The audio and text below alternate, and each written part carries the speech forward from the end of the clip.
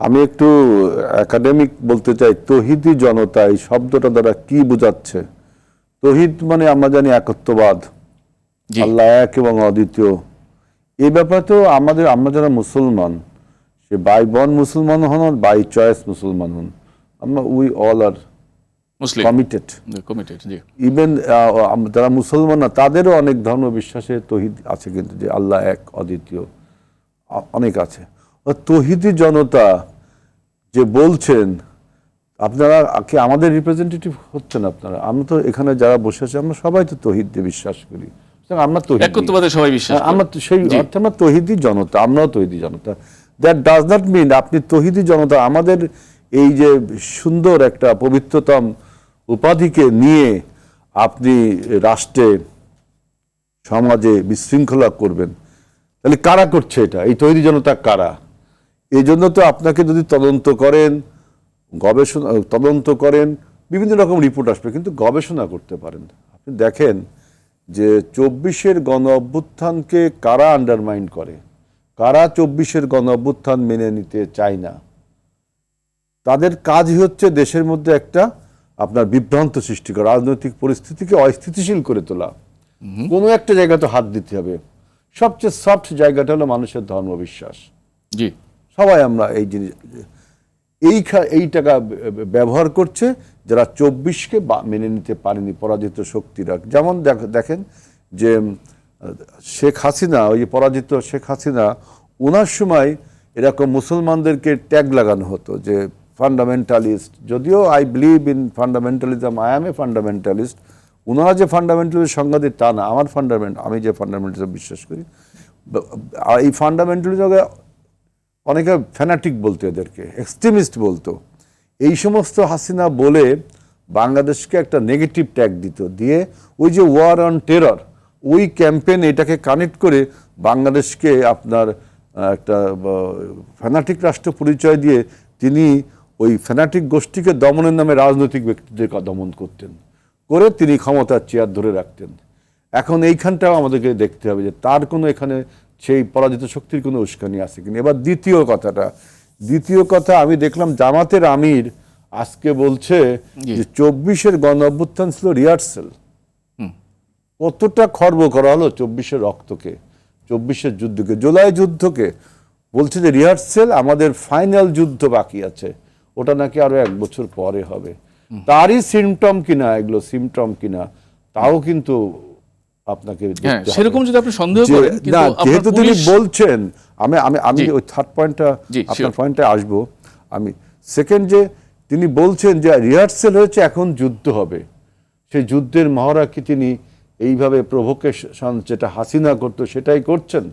কারণ তিনি ইতিমধ্যে বলছেন যে সরকার নাকি ফ্যাসিস্ট চরিত্রের হয়ে গেছে, হাসিনার মতো হয়ে গেছে। একজন রাজনৈতিক বিশেষজ্ঞ বা সমাজ বিশেষজ্ঞ বলুক যে একটা ব্যক্তির, সরকার তো দূরের কথা, একটা ব্যক্তির স্বৈরাচার ফ্যাসিস্ট হতে কত দিন সময় লাগে? আপনি ইচ্ছে করলে রাতারাতি স্বৈরাচার হতে পারেন না, ইচ্ছে করলে রাতারাতি সময় লাগে, বিভিন্ন কর্মকাণ্ডে সেটি প্রকাশ পায়। ফ্যাসিস্ট বানাতে ফ্যাসিস্ট হতে কত বছর লাগিয়েছে? আমরা 8 সাল থেকে 12 সাল 14 সাল পর্যন্ত তাকে স্বৈরাচার বলেছি। যখন স্বৈরাচারী কায়দায় তিনি আবার 18 সাল ইলেকশন করলেন, আমাদেরকে ফ্যাসিস্ট বলেছি। 24 সাল ইলেকশন যখন তিনি করলেন, আমাকে মাফিয়া বলেছি, তাই না? আপনি 6 মাস না 3 মাসের মাথায় বলছে, 3 মাসের মাথায় বলছে যে বিএনপির সরকার ফ্যাসিস্ট হয়ে গেছে। তো মানে এই যে বললাম যে ফ্যাসিস্টের সাথে কোনো কানেক্টিভিটি, যে উভয়ে মিলে দেশটাকে একটা আনস্টেবল করার জন্য কোন শক্তিটাকে কাজে লাগানো নয়, ধর্মীয় উন্মাদনাটাকে। সেই জন্য তৌহিদি জনতা ব্যবহার করে এই ঘটনাগুলো, এগুলো কিন্তু আমি আমার অনুমান এবং আমার চিন্তা চেতনা থেকে বলছি। অবশ্যই যে আমাদের যে ল এনফোর্সিং এজেন্সিজ আছেন, তদন্ত টিম আছেন, যারা গোয়েন্দা সংস্থা আছেন, তারা এটা বের করবে। একটা যেমন সাভারের ঘটনা ঘটছিল, একটা বাড়ির মধ্যে বোম ঠোম বানাচ্ছিল, আমাদের গোয়েন্দারা কিন্তু প্রম্পট অ্যাকশন করেছে এবং সেখানে ধরতে পারে, সেখানে জেএমবির কথা বলা হচ্ছে। তাহলে আমার বক্তব্য হলো যে যাকেই ধরবেন পূর্ণাঙ্গ তদন্ত না করে কোনো একটা সংগঠনের নাম বলে বিব্রত করা ঠিক হবে না। আর তৌহিদি জনতা যারা বলছেন তাদের উদ্দেশ্যে আমাদের বক্তব্য যে দেখেন, কারো রাজনৈতিক হাতিয়ারে পরিণত হবেন না। ইসলামকে নিয়ে আপনারা যেন তেন ছিনিমিনি খেলা খেলবেন না। ইসলাম একটা মহাপবিত্র ধর্ম, পৃথিবীর বুকে রহমত স্বরূপ এই ধর্মের আবির্ভাব। সুতরাং আমরা সবাই ধর্মের রিপ্রেজেন্টেটিভ। এই ধর্মের বিরুদ্ধে দীর্ঘ 17 বছর যে পরিমাণ অপপ্রচার, যে পরিমাণ মেলাইন করার চেষ্টা করেছে, আমরা সেই যুদ্ধে জয়লাভ করেছি। সেই যুদ্ধটাকে রিহার্সেল বলবেন না।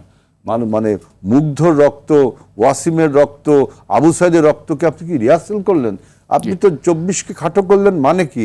সুতরাং আমাদেরকে আরও গবেষণা করে দেখতে হবে যে এই যে পরাজিত শক্তি এবং বর্তমানে যারা 3 মাসের একটি 6 মাসের একটি সরকারকে বলে ফ্যাসিস্ট, সরকারকে ফেলে দেব, তারপরে যুদ্ধ শেষ হয়নি, তখন এগুলো কানেক্ট হয় কিনা এগুলো ভেবে ওই দেখার সময় একটা লাইন আপনার কাছে একটু আশা করছিলাম যে তাহলে আমরা দেখছি অন্তর্বর্তীকালীন সময়েও এরকম হয়েছে, তো এখন একটি নির্বাচিত সরকার, তো এই সময়েও যদি এরকম মব হয় আর সরকার যদি সেটি দমন না করে বা নিয়ন্ত্রণ না করে বা নিয়ন্ত্রণ করতে গিয়ে যদি ব্যর্থ হয়, তাহলে তো সমালোচনা হবে। সরকারকে নিয়ন্ত্রণ করতে হবে, আমাদের পুলিশ বাহিনীকে নিয়ন্ত্রণ করতে হবে, এবং এইটাকে আপনারা পলিটিক্যাল পার্টিগুলোকে আনঅ্যানিমাসলি মানে সাপোর্ট দিতে হবে। আমাদের এইসব বিষয়ে ইউনাইটেড থাকতে হবে যে 24-এর গণ অভ্যুত্থানকে কোনোভাবেই আমরা বেহাত হতে দিব না। সুতরাং এটা কোনো প্যাসিভ রেগুলেশন না, এটা এই মানে প্যাসিভ মাস আফসার না, গণ অভ্যুত্থান না। কিন্তু যখন বিরোধী দলের নেতা বলেন যে 24-এ আমরা রিহার্সেল করেছি, আমরা যুদ্ধ করব, তখন তো একটি প্রশ্ন থেকেই যায়, ভাববার জায়গায় থাকে। তখন পুলিশ বলেন, প্রশাসন বলেন, তাদেরও কিন্তু মাথার টনক নড়ে যায়।